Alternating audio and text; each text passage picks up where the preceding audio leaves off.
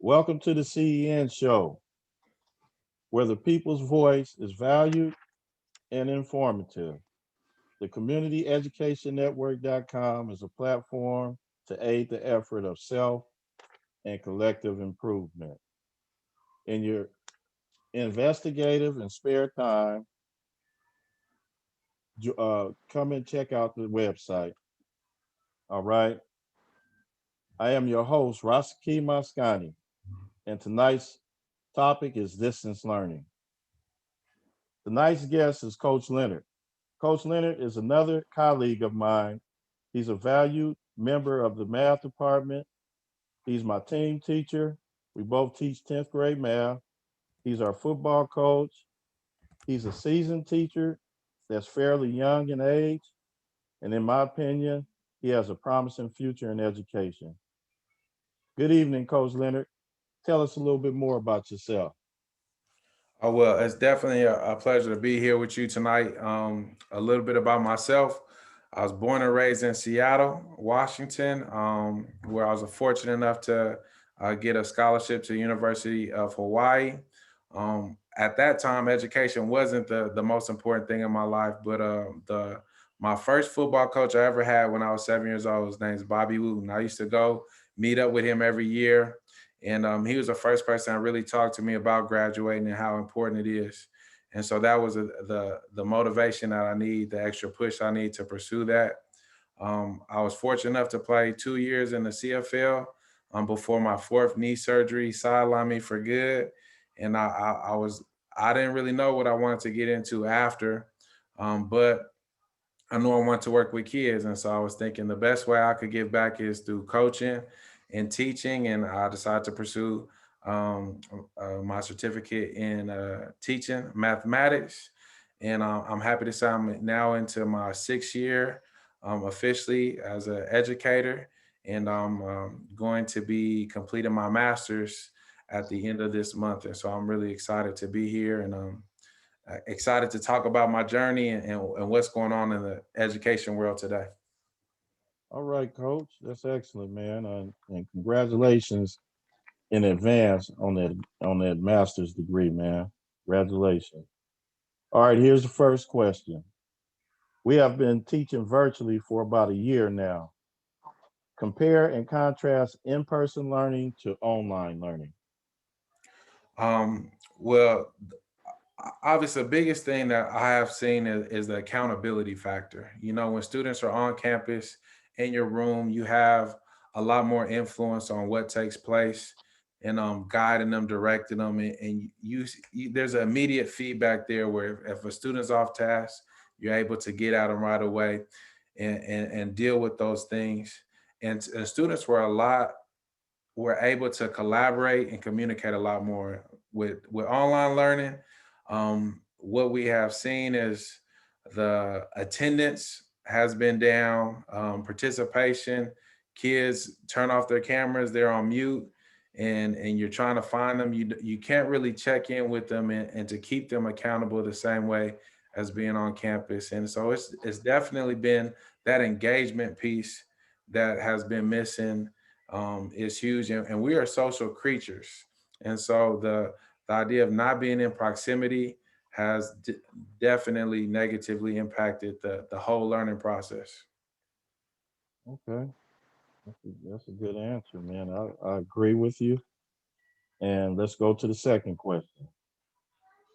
In education, we have teachers, support staff, counselors, district and school administrator that service students to ensure their success.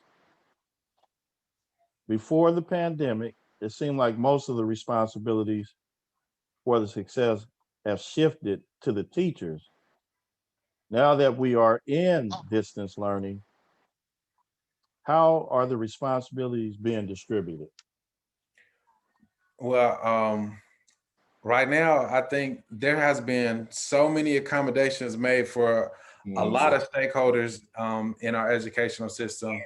You see with finding creative ways for the district to receive their funding that's not necessarily attached to attendance, where they're accommodated. You see When everything first happened with the pandemic, the one of the number one questions was when our students are going to be able to get back, not because of the education, but because of the economy. How could we get teacher or their parents back to work and be able to function and get them out the house? So let's get education started. So there's a push for accommodation for the parents.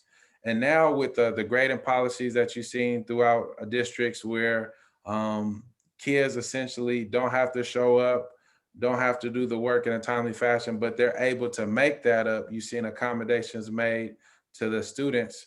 Um, but there hasn't been a lot of accommodations made towards teachers. You see, now there's more responsibilities placed on the teacher, where not only are you tasked to be mastering the curriculum and facilitating their learning, but then um, you're playing the role of counselor. You are more of a psychologist now than you were during the regular school day, with just trying to tap in and see what exactly is going on with students, calling home, making all the accommodations to make sure, like, making it so students could be as successful. And it seems like as a teacher, the days have extended well beyond our work schedule. And so it's been extremely difficult with adapting to where lesson planning, we have to throw everything out what we've been doing, because now it's all of a digital platform. And so it has, from what I've seen, it seems like as a society, we've been doing a lot of things to make the all stakeholders more comfortable or more equipped to deal with it. But that has been falling at the feet of the teacher, where now the teacher is responsible for making all of that work. And I could back you on that because it's been a task to get them to do what they're supposed to do. I can definitely agree with that.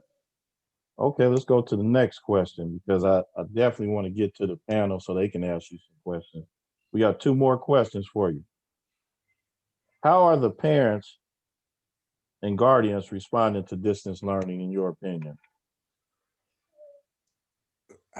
It's been unique. There's been a spectrum of responses that I have seen, from parents being completely absent, where it's just like it's on the teacher to make sure the student logs on, wakes up, turns in the assignments. It's been parents that have given more responsibilities to their students. I had a number of students that the parents view the kid as being available because they're physically at the home. And so since they're physically there, I could see them. They are available to do the chores, to watch their siblings, even though it's a block time where they should be fully engaged with education. And so you see in that response.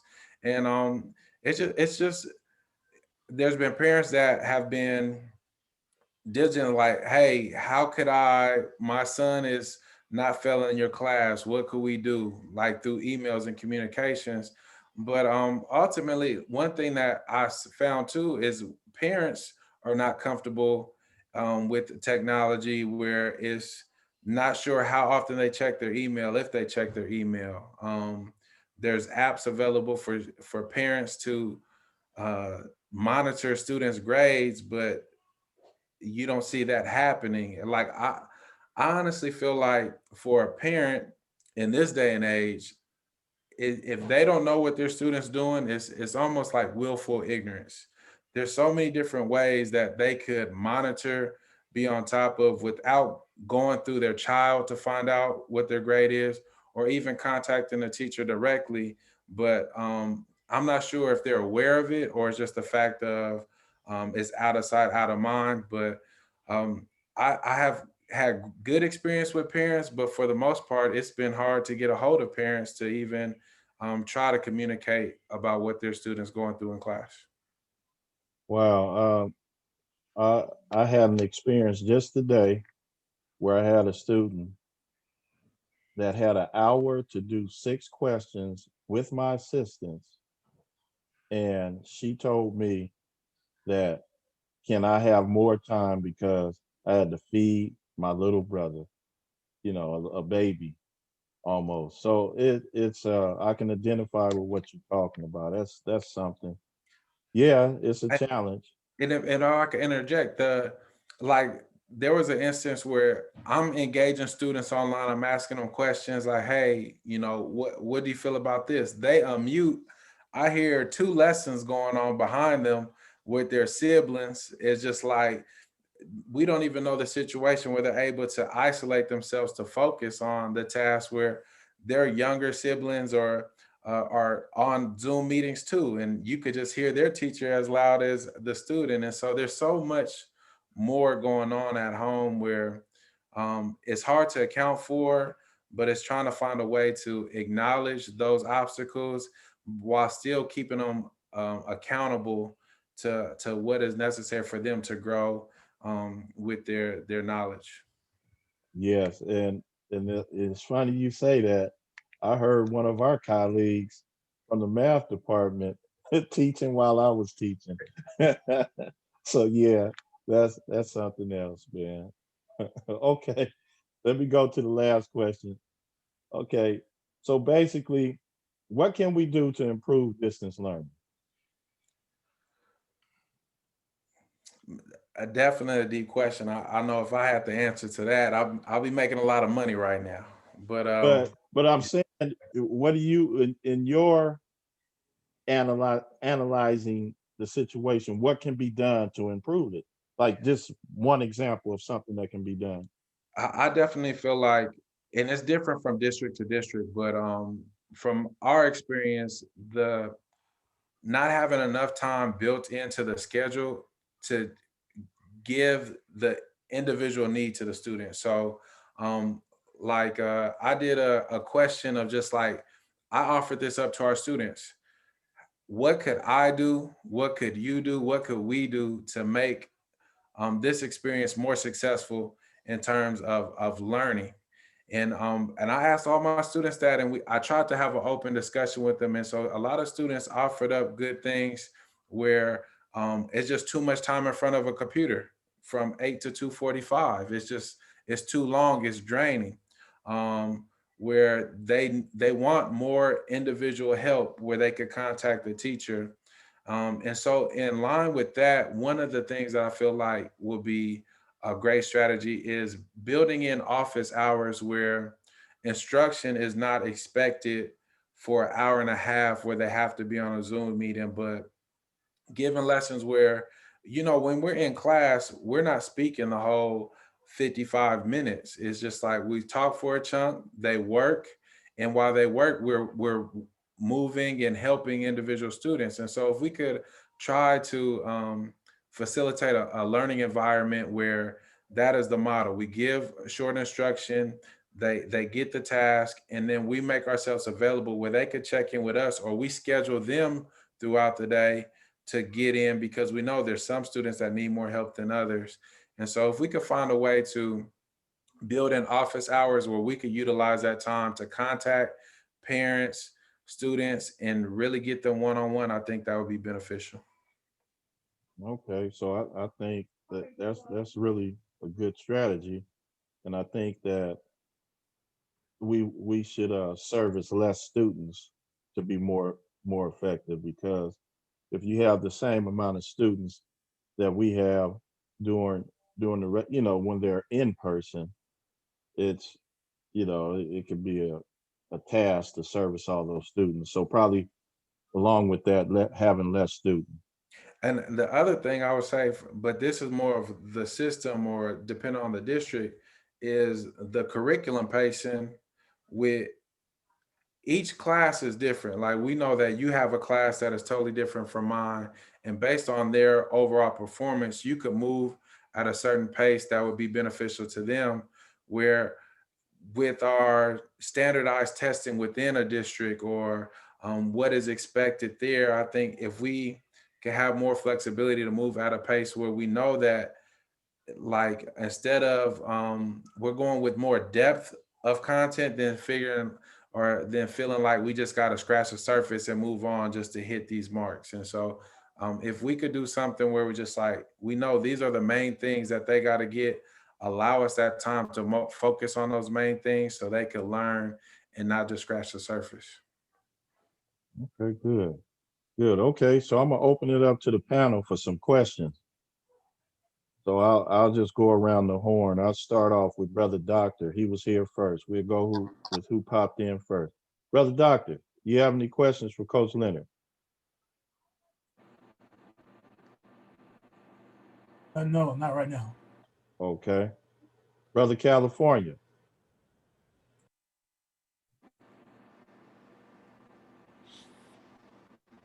Okay, maybe not. Then Brother Machinda.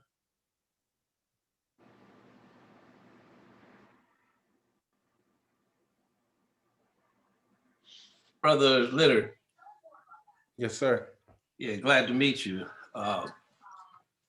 So basically, I hear what you're saying. This is a new phenomenon that's occurring across the country with public schools, this online learning, virtual learning.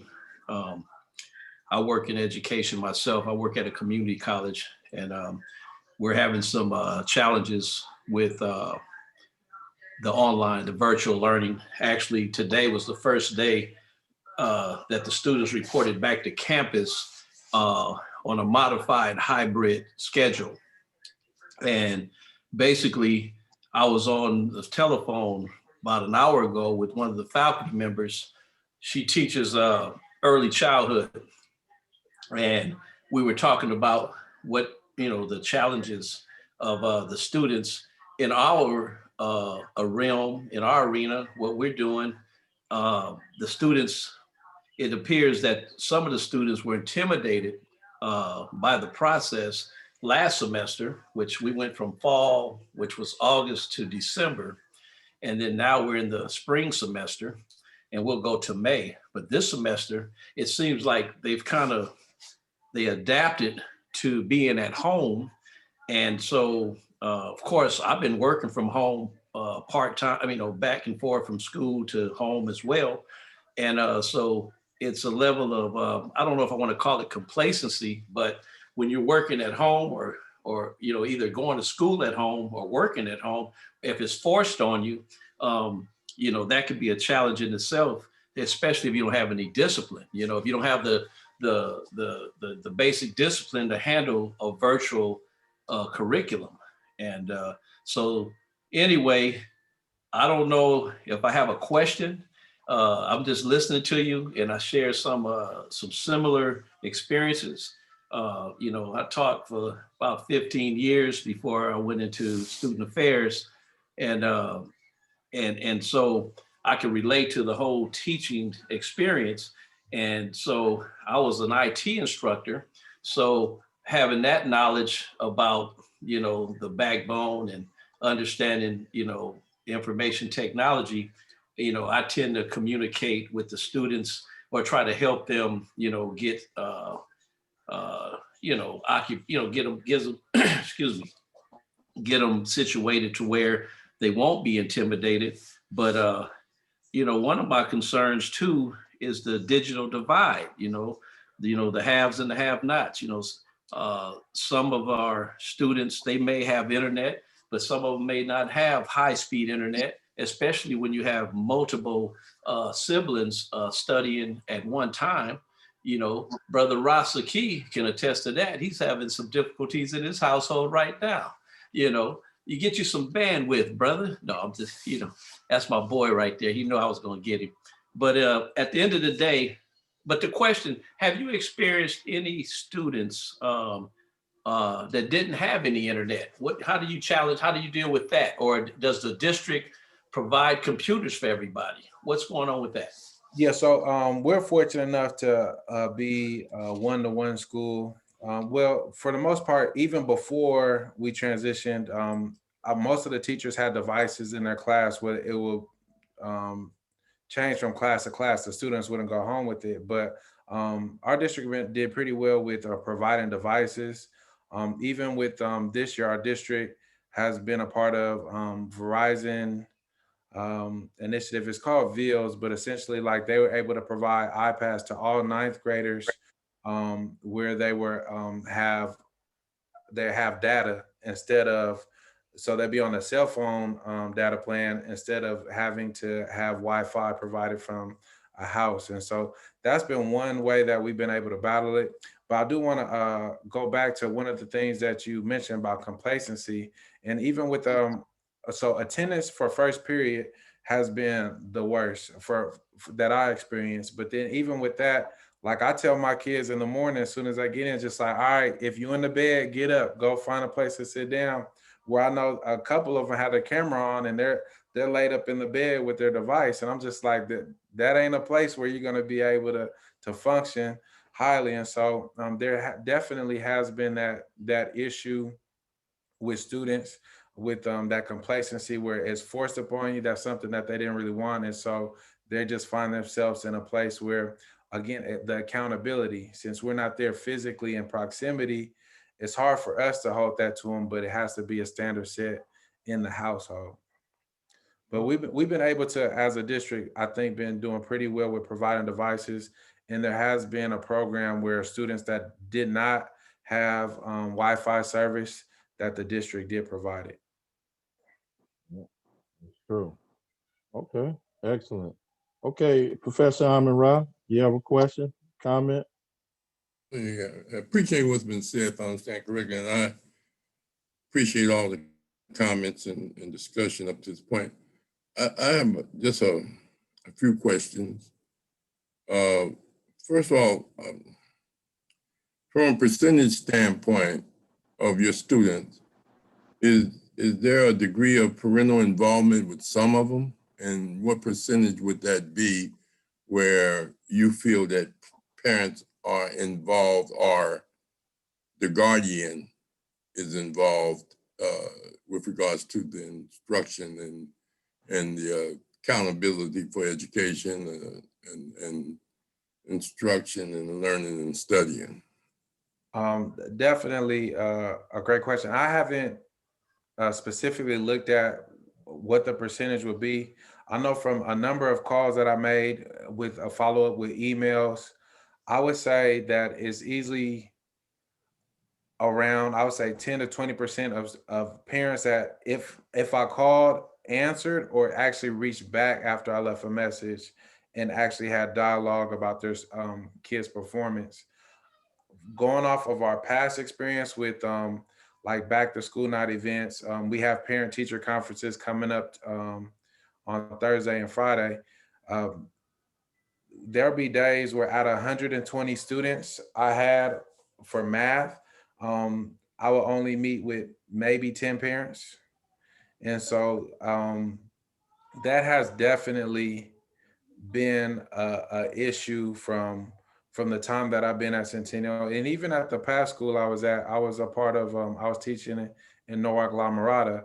And it was still a issue of how many parents are actively engaging in their child's learning experience. And so far from what I've seen, it's definitely a low percentage.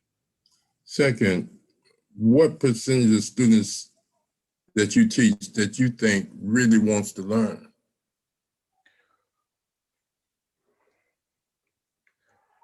In a given class, on average right now, my classes, I would say around 25 students, 25 to 30.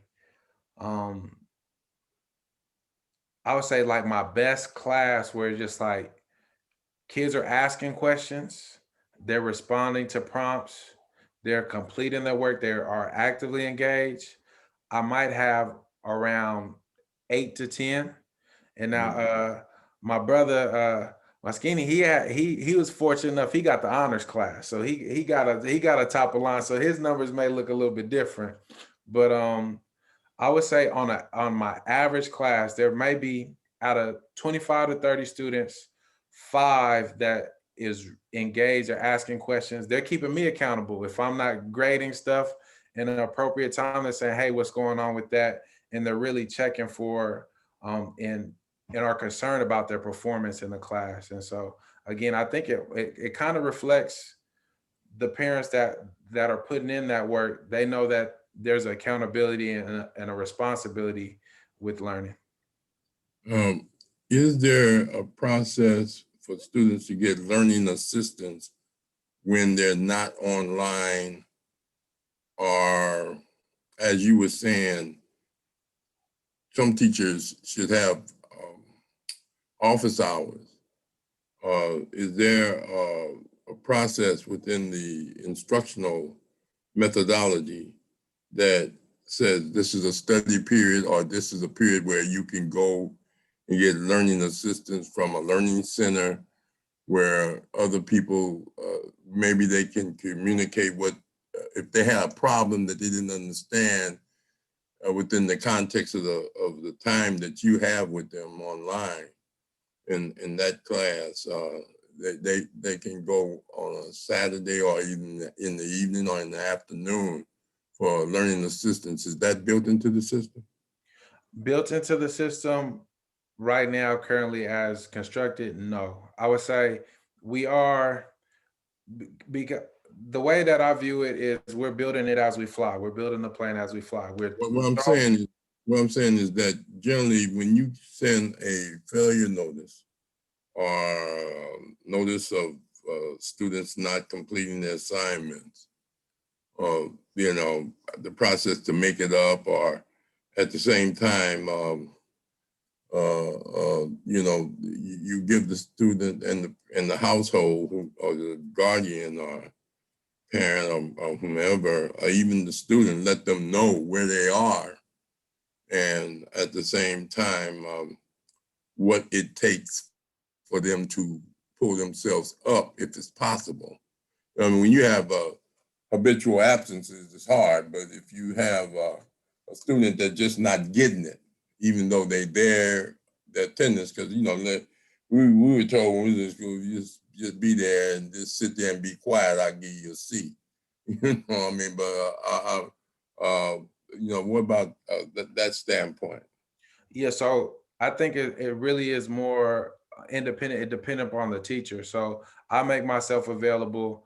I'm trying my best to build in those office hours during that structured time that they have, where I know my instruction is going to take so much of the period, and let me make myself available where the students that are there, I'm personally messaging, seeking their help and giving them information. I would say as a system, a school-wide system, that is not in place, but they are making efforts where there's a new platform called Paper, where it's a 24-hour tutoring service, which we were just introduced to, but again, that's not embedded in our system. And so we're trying to move to that place.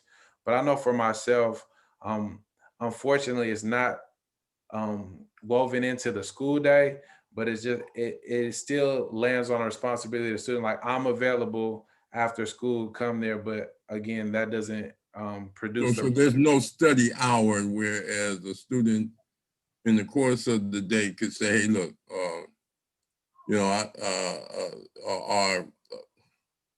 it's not structured where they can go to a study center and get assistance or make up work.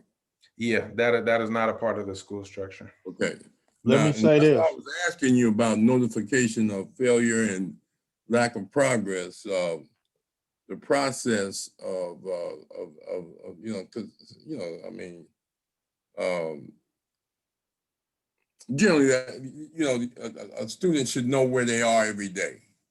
Yeah. As far as grade wise and things. And I'm not saying they don't. And I'm not saying you don't tell them, hey man, you flunking or doing this.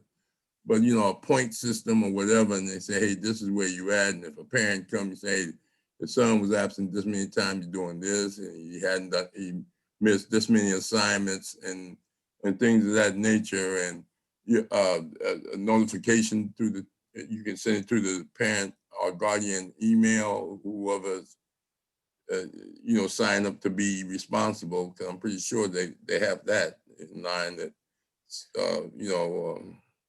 they're gonna send equipment home. I know they're not just sending it to the student alone. Yeah. And so I'm because when we talk about accountability, 80% of your education is how much homework you do. There's no distance learning, it's distance instruction.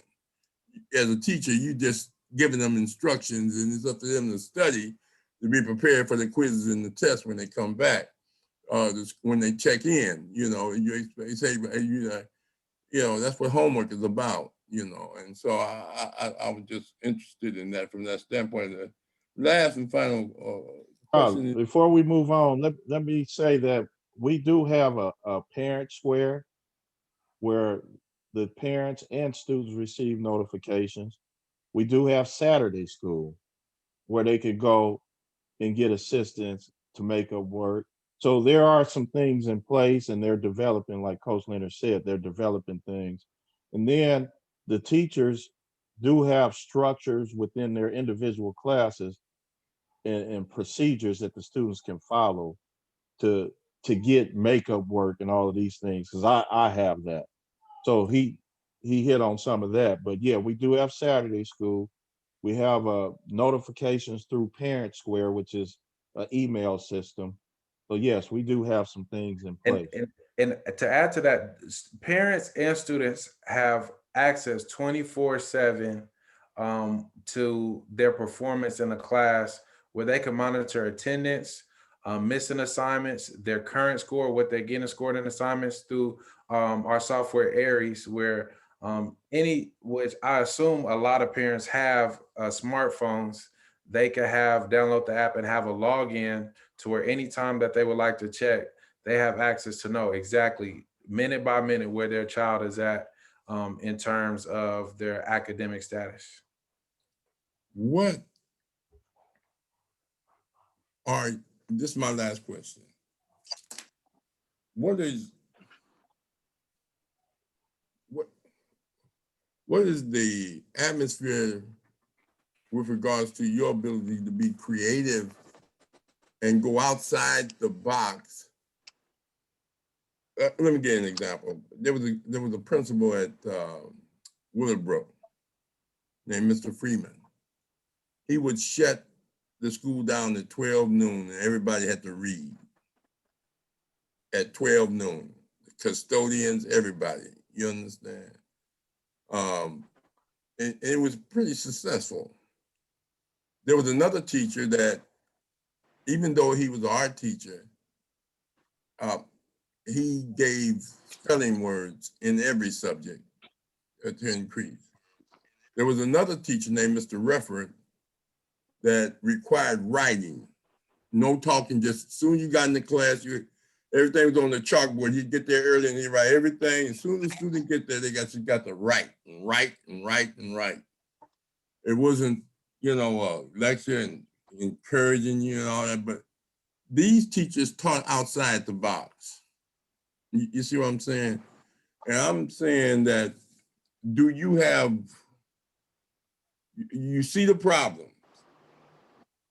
Are there any room for you to say, hey, you know what? I'm gonna try this and I'm gonna try that. I'm gonna go, what would it take? You grew up with cats around you that didn't do what these students are doing. And how would you reach them? I ain't talking about put on hip hop and do, try to dress like them and put an earring in your ear to relate. I'm talking about what incentives could you give a student? I'm not talking about giving them no money or anything like that unless you want to get a student to want to learn, love your class. Do you have room for that, or do you just have to go because of time restraint, just go straight?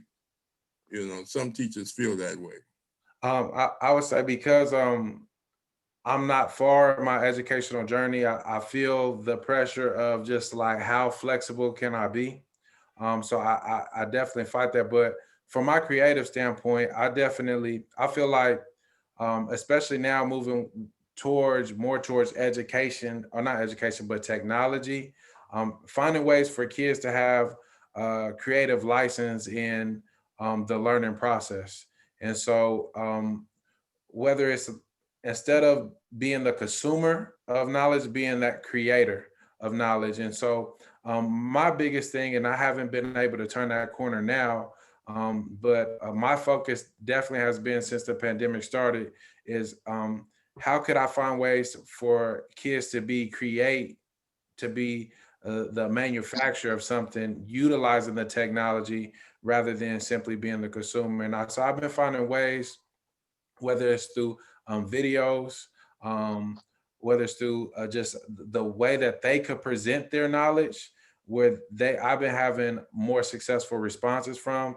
But I am a lifelong learner. And so that's where I'm pushing myself now. It's like, what could I do where I could focus on what I can control and how I could influence the student to get my desired outcome. And so right now, I say my biggest thing is I've been able to utilize technology to where they could be a creator rather than a consumer, and finding ways to implement that throughout my lessons.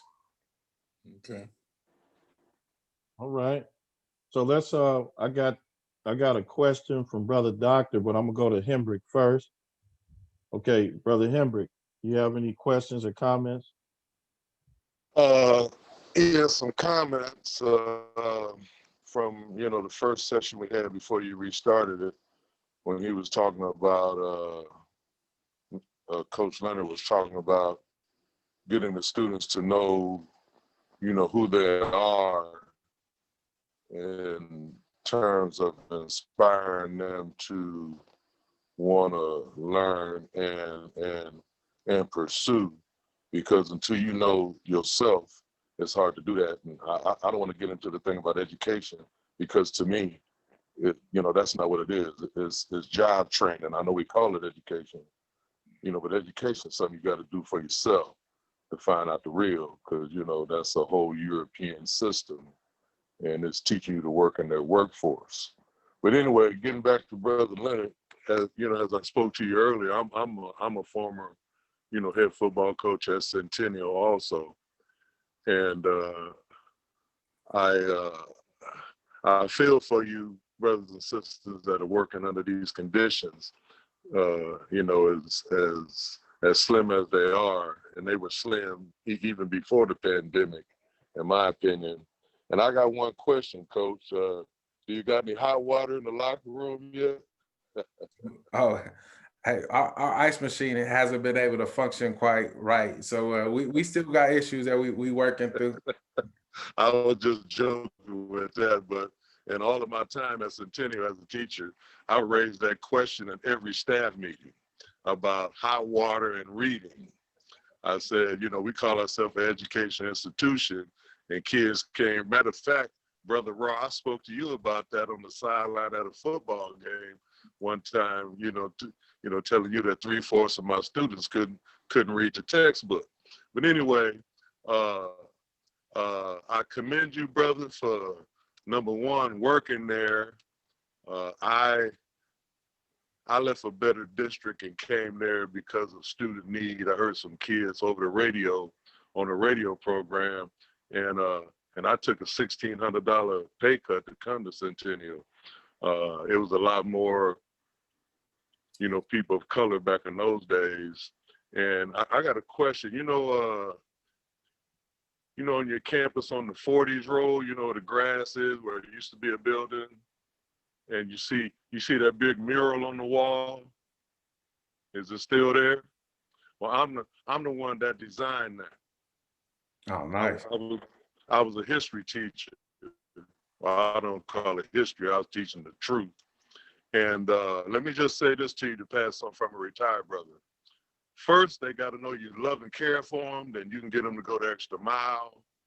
And like,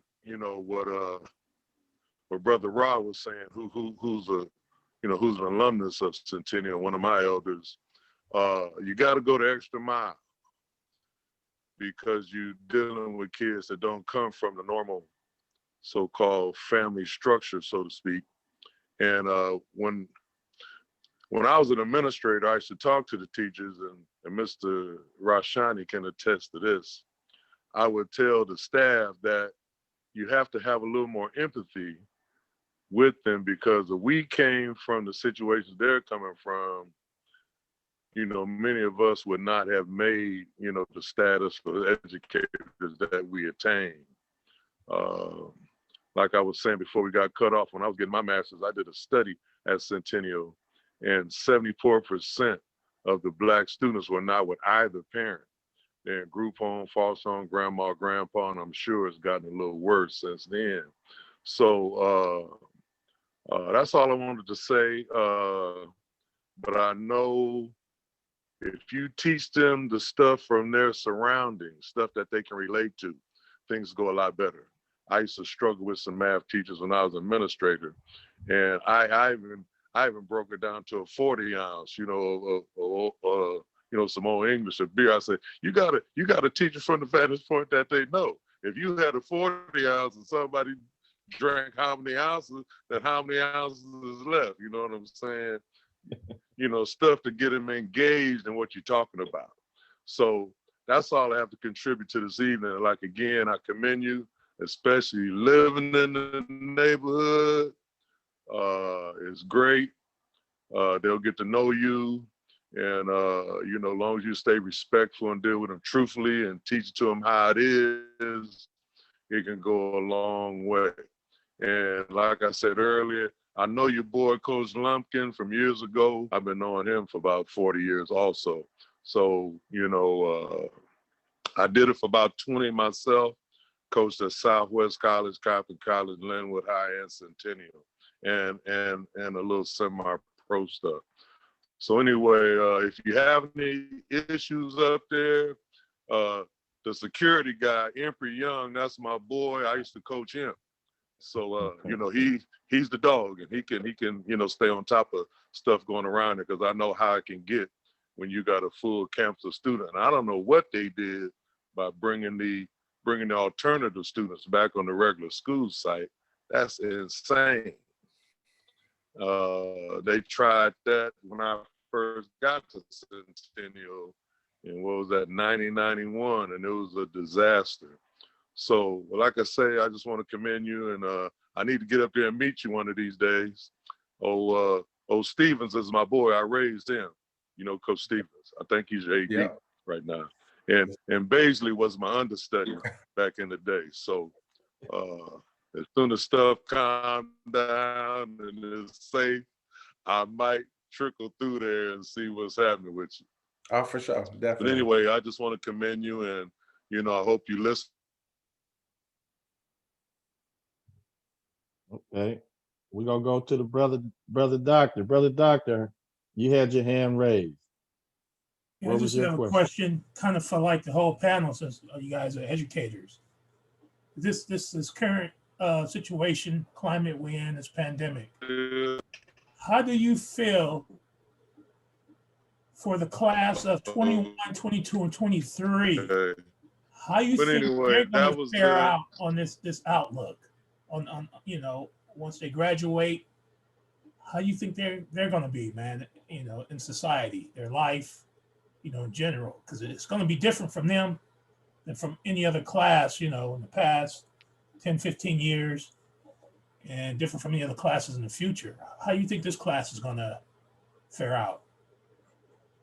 This class has the hardest learning curve. I feel like this gives them a glimpse into what the future can hold with the influence of technology. I think if we could do a good job as educators, not only just teach our curriculum, but like to deal with the mode in which it's taught. So right now, kids have to become literate in technology and how to utilize it, and how to manipulate it to get their outcome. And I think with that, there's going to be definitely some positive things that could come out of this experience. The process to adapt. Now, I know that there has been a lot of mental strain on youth. I think it's been well documented with suicide rates and different things that the youth are going through and how they responded to this. But I definitely am hopeful, and I feel like equipping them with skills in the ability to process and adapt, they are going to be in a place where they're going to be able to be more successful coming out of this. My biggest thing that I looked at math as is not so much important that you know how to determine slope coming out of my math class, but how to receive limited information and decide on what is the best possible solution. Like, that is life. When you go into the world, it's just, I don't have all the information presently at hand. There's things that I don't know, but from the information I got, let me try to make an educated decision on what will be the best possible solution to deal with this. And it's about solving problems. And so hopefully that's something that they can hang their hat on.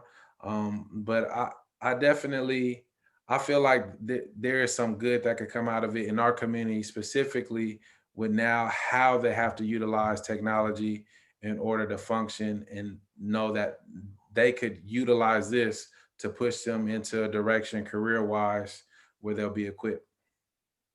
Okay, excellent. So I wanted to go ahead and end this part of this session because we are in Black History Month. And so since we're in Black History Month, I approached Professor Rahh to do some segments on Black history. So we're going to move in that direction. And then if anybody want to ask Professor Rahh a few questions related to Black history, they can. So Professor Rahh, can you take us into the Black history segment, please? I appreciate what you asked, if I understand it correctly. And again, I want to thank you, Rascani, for this platform and for having such interesting guests and interesting discussions, raising the consciousness of those of us that's zoomed in. And hopefully we'll spread it around, and how you put it on YouTube and just get the word out, and at your own time, with your own expense and your own energy. Really want to thank Coach Leonard and welcome him to the Compton community. I live in Compton too, and raised in Compton, and just in Watts and all of that. But anyway, we're glad to have you, brother, and hopefully you'll zoom in more and join in some of the other discussions and things of this nature. When you start talking about Black history, before we even get to that, you have to understand the science of history, the importance of history. And there have been, some of our great people have came up with various narratives. Malcolm X said that history is a science that rewards all research. I'll get back into his definition after I go over a few other people. Dr. Naim Akbar, he always argued that history was quantitative and qualitative. It's about how much and what's important. Quantitative, the quality and how much. Dr. John Henry Clark, in his one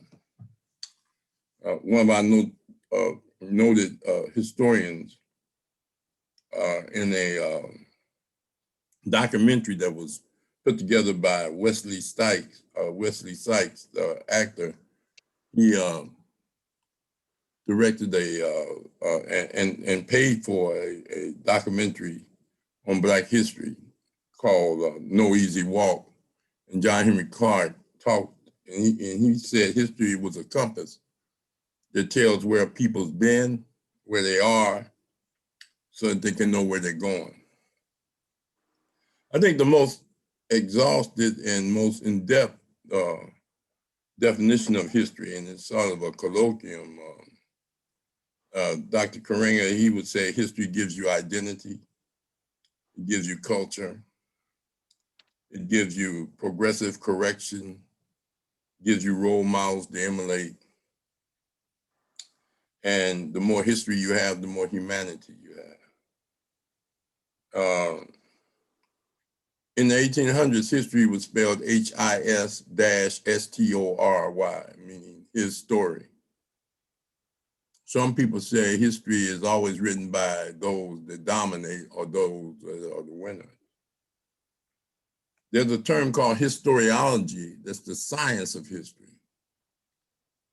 When it's somebody's story, you have to apply social science principles in order to give it a hypothesis or something where it is substantiated through references, through eyewitnesses' account, through evidence that it really happened, or people just make up stories, religious stories, that people go fly away, or that you, without an airplane ticket, or that there's people going to burn in hell if they don't do this and do that. People just make up stories. One of the oldest books that's read, and most read oldest book, is the Holy Bible. And the word Bible means a book, a collection of stories. They put holy in front of it to make it meaning that it's based upon an alleged God word to some people who God revealed this to these people. But it's still a story. There's no references, there's no documentation there. People just believe it. So there's a term called historiology, which I said you deal with using principles, not just reading the Bible and accepting it, or reading any history book and accepting it, but looking at the science that goes into the authenticity of what was written and what is being said. And that's what indexes is about. That's what footnotes is about. That is what references is about. And that is what exploration and excavation and all of that is about.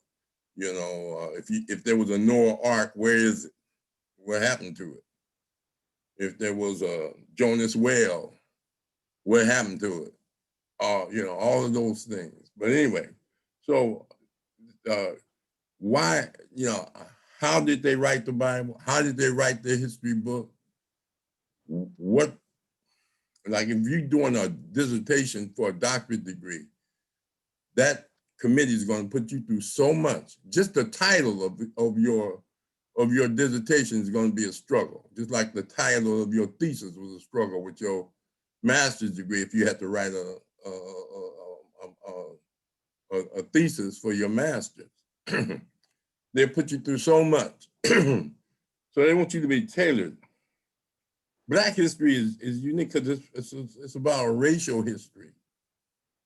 African-American history is different from Black history to a certain degree because it just deals with Africans in America. and as Malcolm said, because a cat climb up in the oven and have kittens, that don't make the kittens biscuits. And that's the same thing with African people. Just because you're born in America don't make you American. You understand? I just like a tiger being born in the zoo and they say that's an American tiger. And they brought it over here and they made it and they had a baby. That's not an American tiger. The tiger comes from its habitat. But anyway, so we start dealing with Black history. You know, it's connected to African history because you have to have a science of wait a minute. The foundation I found out, and I take Malcolm's position, but I put it in a different way. He says history is a science that reward all research. I mean, if you want to research, if you want to know something about something, you research it and you'll be rewarded. I say that history is the foundation of all understanding. If you want to understand anything, you need to know its history. If you want to understand the potato chip ice cream, you want to understand the woman you with or the man you with, you better get their history. And that's how you will understand them better. I'm not saying you can't be a different person than what your history is, but your history helps you understand that you are different and you're no longer that person that you're trying to get away from, or that you should go back to be because you didn't went the wrong way. It's like a kid grow up straight and then all of a sudden get hooked on drugs. You know, then you need to go back to that foundation. But anyway, so when we start talking about that science of the identity, what is Black? Who is Black? What do you mean Black history? First of all, you know, we know that Black History Month started with Carter G. Woodson in 1926. He chose February because I think it was Lincoln's birthday, something, Frederick Douglass or something. It was some reason he chose February for Negro History Week. It was just a week. And he chose the month of February to put it in because he was recognizing some people that he felt was important. He also was a great writer. He developed the Association for the Study of Negro Life and History. He believed that if more people understood Black people or the Negro at that time, they would treat him better, and the Negro would treat himself better if he knew his history. So he took it on a personal journey to do that. And when he introduced Negro History Week, it was mostly on the East Coast, and certain schools in the South had some dedication, but many of us on the West Coast, which is the worst coast, we didn't get none of it. And if we did, it was all based on personalities and Negro first, you know, like Jay Rogers, he got the book, The Amazing, 100 Amazing Facts About Black, or The Amazing Black People or something. And he just talked about the first this, the first that, and the did this and the did that, which is good, you know, that's all right. But the whole concept of Carter G. Woodson, it begot better in the 60s when we had the Black Liberation Movement, which had two tendencies, a civil rights and a Black liberation. And under the Black Liberation Movement, or Black Power, under the Black Liberation Movement, the Black Liberation Movement, civil rights, and Black Power. Under Black Power, Black culture, Black consciousness, and Black self-determination and consciousness, whereas civil rights was more of an integration and a fight against laws and segregation. You know, the Martin Luther King movements, the NAACP to a certain degree, and all of that, desegregation, whereas Black Power is about being self-determined, you be yourself, and as Hembrick would say, looking for truth. You know, I mean, the emergence of, even though it was in the 30s that Elijah Muhammad talked about Black Muslims and that white people were devils and Black people were God, it was really in the 60s, in the 65s, that people began to deal with Black liberation theology and Black, looking at a whole new different aspect of religion. And when Malcolm gave a social dynamic and consciousness dynamic to the Nation of Islam, that it rose to its height. Before then, it wasn't as strong, even though it had an effect on Malcolm in prison, but as far as when Malcolm got out, he's the one that made the Nation of Islam recognize that, because he started Shabazz Market. He wrote Muhammad Speaks, the magazine. He created the drug diversion program, the ex-offender program. I mean, Malcolm did all of that. And he built mosques for the nation. Getting back to the point that Carter G. Woodson, all this comes out in the 60s as the Black Liberation Movement, and people discovered Carter G. Woodson work. And in discovering that work, it was Negro History Week. And then in the late 60s and early 70s on the campuses, they saw that where we went from Negro to Black. And so they changed it to Black History Month because we began to include prehistory, ancient history, and contemporary history.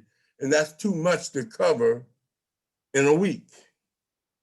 And that's why it was expanded to a month. Prehistory is what we call Black history, is what we call the era of discovery on the continent of Africa. There are three compositions of the Black identity that we look at from a scientific standpoint. The anthropological origin, that means that the aboriginal land, the original land that Black people came from was the continent of Africa. Why is that important? Because so many Black people think they came from Louisiana, Mississippi, New Orleans. Some even Negroes think they came from Chicago. You understand? But the origin, the anthropological origin, the geographical origin of Black people existence is the continent of Africa. Now you may not know what part of Africa, but that's why you say you from Africa. So you know you from Africa, so you may not know which one, what community. Even with DNA, it'd be difficult because the European mixed us up so much. Your uncle could be your daddy in breeding farms, and your brother could be your father. You understand? Your oldest brother. So it's all mixed up. But anyway, getting back to the point. So that whole anthropological origin gives you, and anthropology, cultural anthropology, has two tendencies: of physical anthropology and there's cultural anthropology.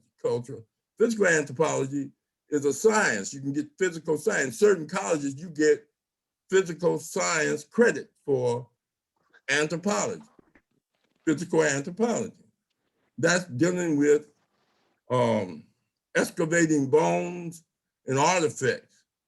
And it tells you civilizations, and it tells you people, and they found melanin in these bones, and that melanin is Blackness, and that's why Leakey, Robinson, all these white people that went back to Africa stayed and studied the origin of civilization and life, not just civilization, but life. So we call that the anthropological origin of the Black, the geographical origin of the Black existence from an anthropological standpoint. The next is the social science or physical science. Biologically, dark pigmentation, bushy hair, thick lips, broad nose. And even from a genetic standpoint, they've got proof that through DNA, they traced the first people on Earth back to Africa through DNA. And that almost all other people came from Black people, then they mutated. It's like this virus is mutating. They mutated based upon their geographical location into different physical forms and different hair textures and different looks. This is what science is saying. But the physiological aspect of Black people is both proven by genetics as well as their physiological projection. And then there's the social science of the Black identity, which is predicated on our ideology and cultural development. Cultural development is very important, because that's where civilization comes from. We're moving from the era of discovery, where you discover who you are, and your distinction between animals, insects, and other aspects of your environment, and you move from instinct to the era of what they call development, which is rationale. This is way before they had colleges and people realized what a brain was, and people looked in the water. That was the only mirror they had, with the reflection in the water and all of those type things. So it's a very interesting study. I mean, If you go to the Book of the Beginning, the hieroglyphics, the Book of the Dead, all of this stuff comes out. John G. Jackson book, The Introduction to African Civilization, Sheikh Anta Diop book, The Origin of African Civilization. There's just so much material where these people went back to Africa and went in the pyramids and went into the bush area and found these artifacts and found signs and symbols of primordial man. This is very interesting. It mentally liberates you. But it's just so much. But to have a social science, meaning a philosophical or ideological and social, moral and ethical history, as Malcolm teaches, the man taught you to hate yourself and hate what you was about. It's not just physical. He didn't want you to even know that you loved each other at one time, respected each other at one time, saw each other as gods on earth. That each time you saw each other, it was a mutual respect in certain African civilizations. Not all of them, some of them was wild. You can have a good family and one of your kids go crazy. That don't mean your home is uncivilized. So anyway, I didn't mean to go into all of that, but anyway. So when we go into history, so we talk about the foundation of understanding in history. So Black history is a science. It's not just a month of looking up personalities and key events. It's about getting into the subconscious of a people that history is not meaningful if you don't put it into practice and learn from its lessons of failures and lessons of success. And the incentives of people to move forward and want to live. It's a challenge. So history is a very important dynamic because of the various diversity of cultures on the continent of Africa. Because they say America's supposed to be diverse. No, America's a melting pot that you have to wash your Blackness away, wash your Latino-ness away, and become American. Where in Africa, they maintain a lot of their indigenous philosophies going all the way back to prehistory, and they still exist today. You can find them in the bush and in certain elements of ancient history. They're still practicing customs and treatments with regards to the fathers of medicine, the fathers of art, and the mothers and fathers of art and medicine. They had a documentary on the 4th day of the Maasai, and they showed a woman perform a surgery to remove gallstones without any anesthesia. Did it without any pain medicine. Took the gallstones out with a root that was hollowed, and she used it as a straw and sucked them out. And the patient got up and walked away after the surgery. They saw it, they documented this. It's just such a beautiful thing. But you go through prehistory, you go through the history of development, and contemporary history has always been a history of struggle. Struggle against and struggle for development.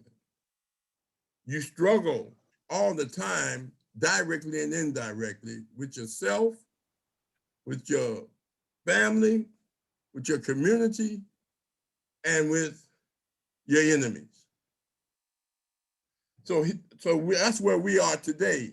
We're in the context of struggle to liberate ourselves in the continent, on the continent of Africa, which was colonized, which is just as bad as the Holocaust of enslavement. And they're still suffering from that. So that's a dynamic that's very important. I'm gonna cut it off and let y'all ask questions for right now, but just a minute, but go ahead. If you Okay. have any questions. Anybody have any questions for Professor Rahh?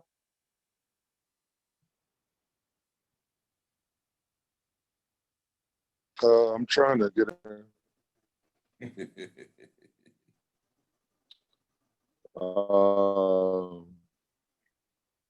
I don't want to get too much into it because I'm a guest next week, and Now, Brother Henry, appreciating all that you put forth there, Professor. I want to go into the aspect of, well, just a little, well, I'll say that next week. But anyway, I'm going to focus on what lies between our ears. I'm trying to be guided by the ancestors and what they would want me to say.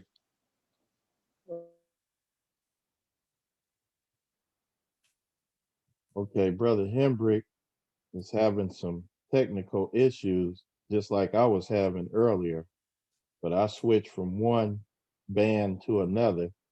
So I got a successful band right now going. So while we wait on Brother Hendrick, if we can get his message in, anybody else have a question for Professor Rahh or a comment about Black history? For myself, I greatly appreciate the breakdown of it, because obviously it turned into Black history, like he said, he expressed, where it's like the first, like to identify people that are the first to do things, but to study the origin, the history of it is totally a different perspective than I even like. My educational process with Black history has always been identifying the peoples and the events, but to consider it or to look at it like that is definitely mind opening to me. Is I would say that word. Okay, yeah. I had the privilege of having. Got cut off there. Okay, we can go to Brother Hendrick. Yeah, we're gonna have to get to. Yeah, got cut off there. I don't know what happened, but I have to save a lot of it for next week. But like I was saying, of it all, and it's just amazing how we've been, like Malcolm would say, brainwashed, bamboozled, run amok in terms of the truth. That's why I spoke about education in the manner that I did. Myself, being a history major while I was out at Loyola Marymount, I thought I was heavy. I didn't have access to any materials either. And I graduated in the 70s from college and thought I was heavy. The white folks had me in this, what do you call it? A fraternity of history. It's called Phi Alpha Theta, and the priest out there, put me up there if I was doing in school. But it took me to my 6th year of teaching before I found out the truth. I was with a former teammate of mine. We was at Rahh's drinking, my brother Mike Plummer, and I got to give him his props. He was a history teacher. He had to talking to me about all this Nile Valley stuff, and I was like, what the hell are you talking about? And it blew my mind. And then he took me, must have been 86. We went to Long Beach Poly, and I heard Dr. Ben speak, and that was it. So ever since 86, I've been in an in-depth study, because I thought I knew something, and I found out I didn't know nothing. And with all that I've been studying since 86, I've still just scratched the surface of what, African people are about and the things that we have done. So, but the problem that stops us from getting there is the way we've been trained in this European society. So hopefully next week, I'll get into that process and why it occurred and for what reason it occurred and why it is still having an effect on us to this very day. So I hope you guys will tune in next week, and hopefully I can enlighten you on some of the stuff I know, although, like I said, with all that I've been studying, is just scratching the surface, all the material that is there. That's how they've had us so hoodwinked all this time. And they fear us knowing, because if we knew, we wouldn't be like we are. But anyway, I hope you guys tune in next week. Yes, sir. Next week, we're going to have Brother Hendrick with the topic being Know Thyself. And then again, Professor Rahh will do a presentation of some form when it's related to Black History Month. So I'm gonna go with One question. I do have another question. I'm sorry, my brother, but for that process to get into like a higher consciousness or tap into the root of the original beginnings of to study, or the start of that Negro History Week, but like the thought of how this will improve the Black culture, what would you recommend is that first step, like for somebody that wants to transition from the typical the what has been beautified into like, all right, these are the first Black people that did stuff, these are special events that took place, or how can we transition from that to that higher level consciousness? Well, it's almost like what Brother Henrik was saying. You have to almost do your own self-studies. These are things that they used to call mystery systems. When I taught the subject that I was supposed to, but I always say 5 to 10 minutes to give some special truth to the students before they left, or something motivating, something uplifting, something positive. Because I know that they're hearing negative things and they're saying negative things about each other, calling each other the N-word, this, that, and and just degrading and just mutilating themselves, coloring their hair, putting all kind of things in their noses and all of that. So it's a lot of self-hate depicted. But the thing is, a self-study. There's a conference coming on next March for educators called the Revolutionary Conscious, Revolutionizing Your School. It's a conference in March. My son is the principal. He's putting it on. I see, like Joe said, he went to a conference at Poly, and it opened his eyes. Before Farrakhan got real religious, in order for him to rebuild the Nation of Islam, he had to talk like Malcolm, because students didn't want to hear all the religious aspect of the Muslims. They want to hear their perspective on Black life and Black conditions. The beautiful thing about today is there's so much videos and so many things in YouTube you can go to lift your awareness, not so you can teach others, but just to make you have a better understanding of your history and your identity. And if you want to share with others, fine. When I graduated from college, I had to, and I became head of Black Studies at Cal State Long Beach. I had to reteach myself, because nothing I learned in the school,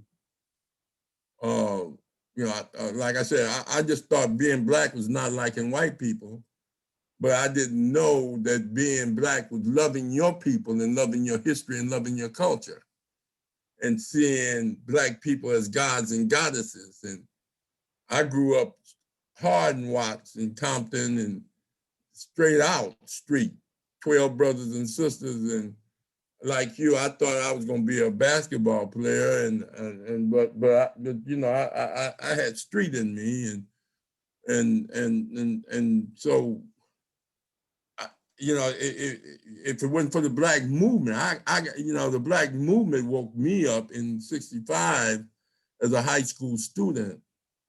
And that's what we just hustle white people, or you beat them, or you rob them, or you trick them out of whatever they had because you wanted to get stuff for the people. It's a Robin Hood type of thing. You didn't even look at expropriating things in 1965 Watts Rebellion as stealing. You say, hey, look, I'm getting this and I'm gonna share it with the neighborhood or whatever. You know, if we hijacked the truck and we brought it in the neighborhood, everybody gets some. Hey, take it.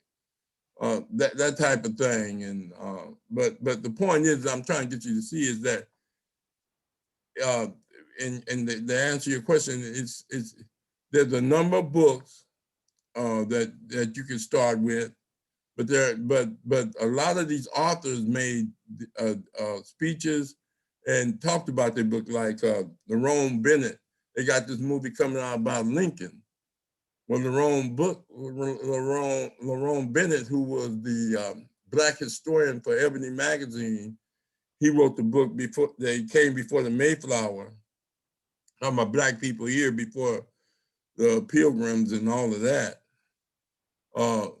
He wrote a book called Forced into Glory, and he talked about how Lincoln didn't free Black people. Black people freed themselves through rebellions in Haiti and rebellions on plantations, and that he was forced into fleeing us, and that the Civil War was fought over us, not to save the Union.